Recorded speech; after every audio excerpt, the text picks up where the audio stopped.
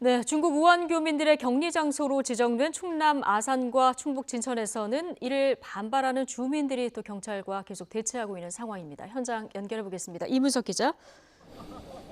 네, 이곳은 충남 아산 경찰 인재개발원입니다. 예, 지금 뒤로 화면으로 경찰들 모습도 보이고 주민들 모습도 보이는데 지금 정부에서 계속 안심해도 된다 메시지를 내는 상황임에도 불구하고 주민 대치 상황이 지금 계속 이어지고 있군요. 네, 그렇습니다. 지금 제가 나와 있는 곳은 경찰 인재개발원에서 500m 정도 떨어진 곳입니다. 지금 제 뒤로 주민들이 앉아 있는 모습이 보이실 텐데요. 우한 교민들의 수용을 반대하는 주민들이라고 보시면 되겠습니다. 그 앉아 있는 곳 천막에 아산 시민을 버린 행정, 대한민국 정부가 버린 아산이라고 하는 플래카드가 걸려 있습니다. 이 플래카드 하나로 여기 앉아 계신 주민들의 마음을 대변하고 있다고 보셔도 될 것 같습니다. 지금 경찰들도 이곳에 쫙 배치되어 있는 상황인데요. 이 경찰들은 주민들이 도로로 진입하는 것을 막고 있습니다. 왕복 4차로 진입로를 막고 있었던 트랙터와 천막은 오늘 새벽에 도로 밖으로 옮겨졌습니다. 주민들은 이곳에 모여서 때때로 도로 진입을 시도하면서 충돌 상황이 빚어지고 있습니다. 경찰은 19개 중대에서 1,900명을 투입한 것으로 전해졌습니다.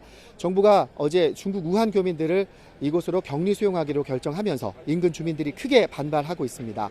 특히 하루 만에 수용 예정지가 변경된 것에 대해 정부에 명확한 설명을 요구하고 있습니다. 오늘 오후 3시 반에 진영 행정안전부 장관이 이곳을 찾아서 주민들을 만나 직접 설득 작업을 벌일 것으로 전해졌습니다. 네. 자, 이 충남 아산 경찰 인재개발원, 자, 이곳을 임시 생활시설로 선정한 그 이유가 있겠죠?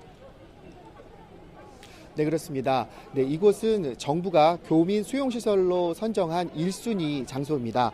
600개 넘는 생활관이 있어서 한 번에 1,300명 넘는 사람을 동시에 수용할 수 있습니다. 또 청주공항에서 1시간 거리로 가깝고 1시간 안에 도달할 수 있는 종합병원이 여러 곳 있는 점 등이 고려됐다는 설명입니다. 정부는 우한 교민들이 입국하면 증상이 없는 사람들에 한해서 이곳을 포함한 2곳에서 격리 생활을 하도록 할 방침입니다.